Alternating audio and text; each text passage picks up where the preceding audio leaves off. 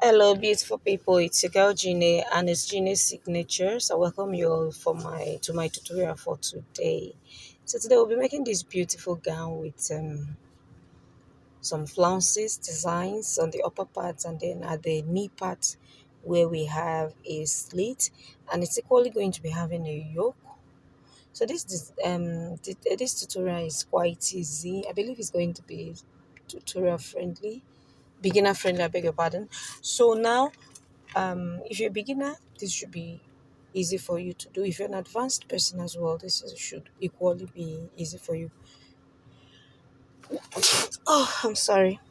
So if this is what you're interested in, please sit back, relax, and then enjoy it. It's very, very easy to make. So I just decided to do this. And I think I'll be going live sometimes, probably once in a week. I'm thinking of doing that, like just go live and then start showing you how to cut some particular things. I believe that will be okay. If you want me to do that, please kindly leave it in the comment section, because I don't want a situation whereby I go live and there's nobody to watch it, please. So if you want me to do some styles for you, like do it live, I'll be ready to oblige.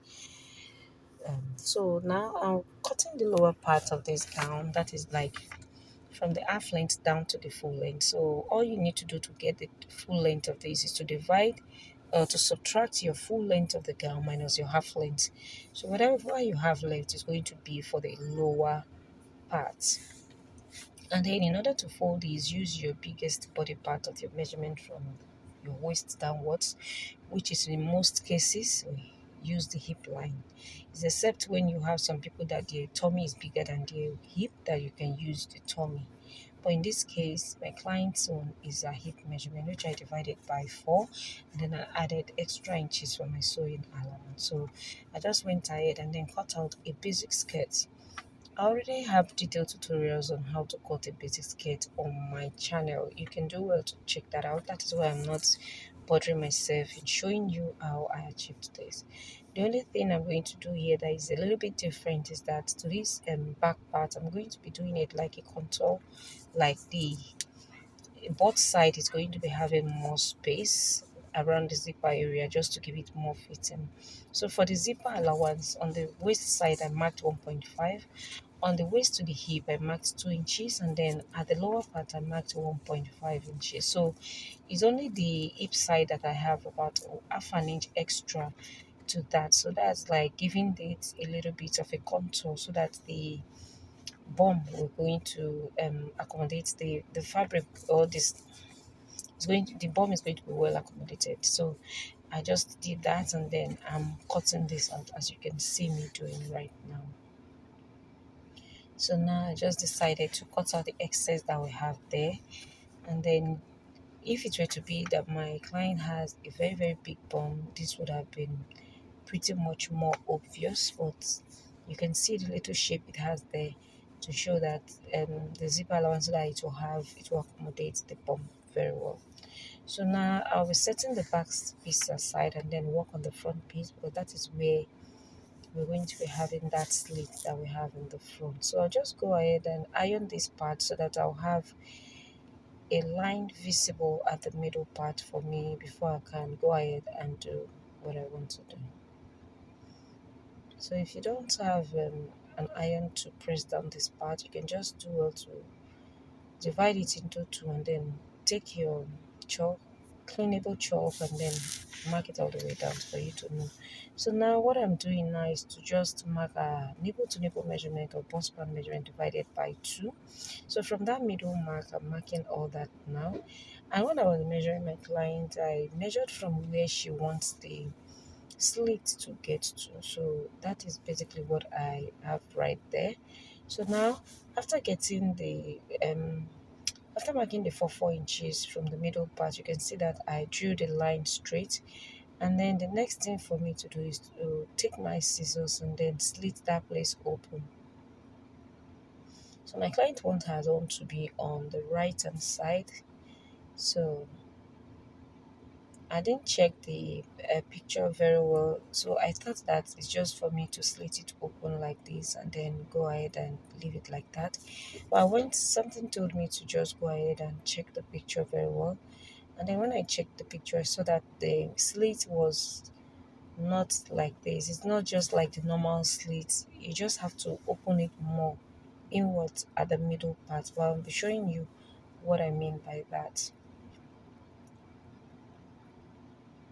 So as at this point, I already thought that I've gone ahead to finish the slit, but I'll still come back to show you the adjustments that I made after checking the picture of the style. So you can see that is what I showed you now. So it's supposed to come in slanted. So right at the lower part right there, I came in by 4 inches and then used my pattern master and then slanted it inwards to give it a slant effect, as you can see.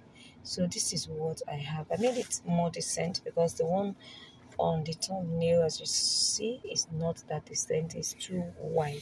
So I'll be setting that aside. I'll be coming over to that later. So let's just go over to the bustier part. So if you know how to cut a bustier, you can go ahead and draft yours. So this is like a basic pattern already, so I'm just trying to take my darts. So on the underpost, I came in by 2 inches, and then the lower part I went in by 2 inches as well. So at the middle part, I just took half inch and then connected it to the underbust like so. So for the chest line, I went up by 1 inch from the armhole, and then I'll be taking that place half inch to tighten the chest area like so. So just follow all. If you know this one is not detailed, I already have the several tutorials on how to achieve this. So now, because this is going to be having a yoke, so for the neck width I made use of 3 inches, and then for the neck depth I made use of 3.5 inches, because my client does not want it to be too open. So now I'll just go ahead and add back my 1 inch that I used for the dart. So now I'll take my post measurement, add back the dart allowances, and then add my sewing allowance. I'll go over to the waist area and then divide the waist by 4, add back the dart allowances, and then add my sewing allowance as well.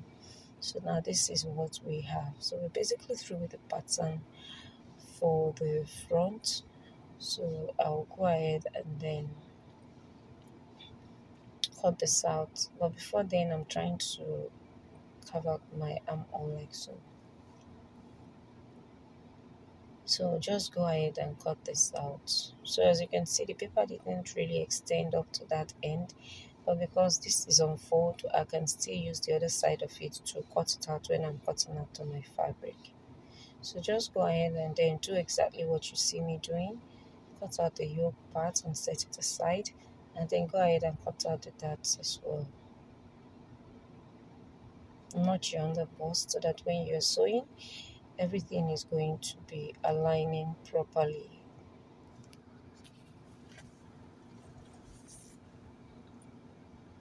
So this is what we have for the front part. You can see that everything is properly aligned. So now we'll go over to cutting of the back parts. So for the back parts, I'll just add my zipper allowance. If you want to tie your own, you don't need to add a zipper allowance. You just have to reduce the allowance at the back self before doing that. But I'll be adding a zipper today, so I'll adding 1.5 inches zipper allowance. And then I'll roll that all the way up. So now I'll get my half length plus 1 inch sewing allowance and then roll that out. So divide your shoulder by 2, come down by 1 inch for your half slope, and then take your armhole curve, armhole lines like so, and then your chest line. So using the same neck width you used for the back, you slant your shoulder. So now I'll go over to the bust area and then divide by 4 and then add sewing allowances. Then you come and then divide your armhole into 2 and then you connect like so. So you come to the waist area. So you come to the waist area, divide your waist by 4, add your 1 inch for that, and then I'll be adding extra paper because it didn't go through it before I'll add my sewing allowances.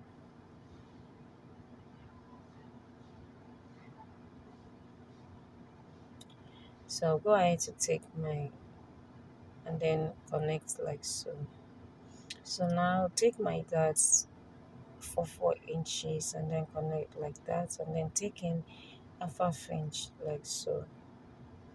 So now slant out that from the waist area. All this is just to avoid zipper bulginess at the back because we want it sitting clean and neat at the back. And then for the yoke part, I'll just come down for the back by 1 inch. But if you want to have like a keyhole at the back, I'll be showing you how to go about that. So I'll just go ahead and cut all this out before I'll transfer my fabric.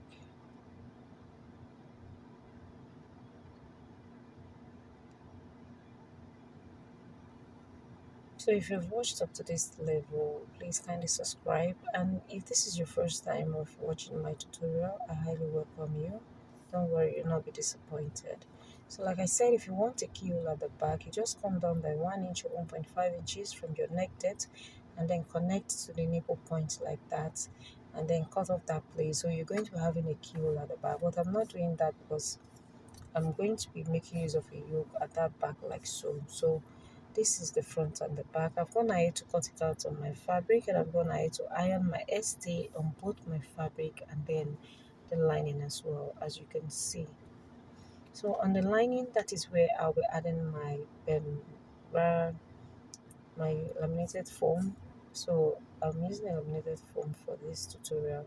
So this is the yoke part. I cut out my nets and I cut it doubled so that I'll use one to turn the neckline.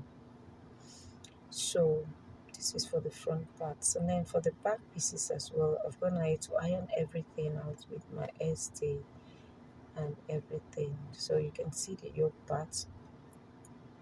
So for this back, I'll be placing the net on the back like this just to give it a fitting. I'm not going to be removing the main fabric. I'll just place the net on it like this and then turn it with my lining. So let me quickly do all that in the back. So I've gone ahead to do that, and this is what we have. So you can see what I meant when I told you that that's what I'll be doing for the back pieces.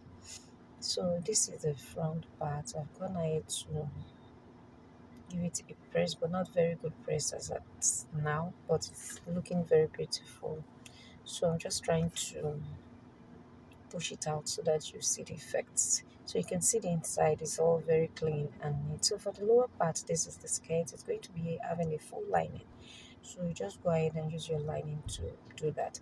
So now I'm measuring the slits to get what I want before going ahead to cut out the flounce. So for the flounce, I'll be cutting this on the paper first. So for the flounce, you can either cut it as a peplum or you can cut it as a flounce. I decided to use a flounce, but I later, for the upper part, I cut it out as a peplum.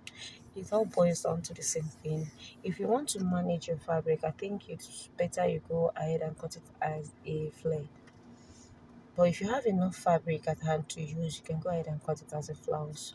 So for the flounce, I just got the middle point of the paper and then decided to mark 1.5 inches all the way around. And then the length of my flounce is going to be 6 inches. So I'm marking 6 inches all the way. Just see what I'm doing. I'm marking it all the way. Even this paper was not actually enough, but I had to cut it. You see the way I cut it because I didn't want to add extra paper to that because of course after cutting this out you're going to be throwing the paper away, so I just had to improvise, and then there was a way I did it which you'll be seeing in the course of the tutorial. So I'm trying to connect all the dots together after taking the length of the flounce.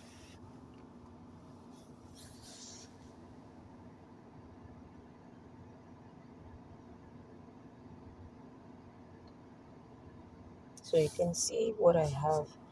So I was just trying to get the length of what I want. After doing this flounce, you need to pleat some parts when you're applying it, when you are fixing it on that slitted parts. You need to pleat some parts if you want to get the effect of what you have on the thumbnail. But because of the volume of fabric I have at hand, I can't do more than that. So I'm working with the fabric that I have at hand. But if you have more fabric, please go ahead and do more than enough so that by the time you pleat it, it's going to be looking exactly as what you have on the thumbnail. So like I told you, I'm working with the volume of the fabric I have at hand. So I'll be using this plain Mikado fabric to do that. So you can see that I had to cut it into two pieces because the paper couldn't take the whole length of what I wanted. So I just had to improvise when I was doing this. So when you're cutting this out, just ensure you add about half an inch all the way around it because you know you're going to be turning it inside out.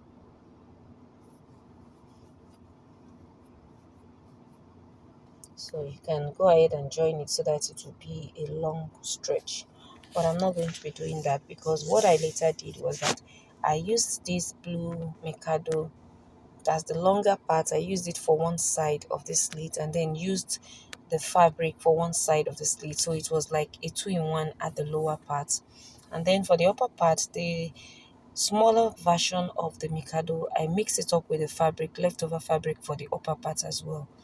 So now I'm going to be using this crinoline to turn it inside out, which I've gone ahead to do, and then giving it a very good press. So like I explained earlier, I didn't end up using this for the whole slit. I ended up using only one part of that for the slits and then using the fabric to make up for the other part of the slit and then use the other smaller Mikado um flare to do the other part. So I went ahead and closed it out. I fixed my sleeves and then this is how it came out to be. So thank you all for watching my tutorial. I hope you enjoyed this beautiful tutorial and then go ahead to add my zipper. So like I always say, if you have any questions, please kindly leave it in the comment section. I'll be glad to oblige to the best of my ability. So I was just trying to ascertain where the affluent where I'm going to be adding the upper part flounce to, which I did off camera because I used my thread and my needle. So thank you all and God bless you. See you on my next tutorial. Ciao.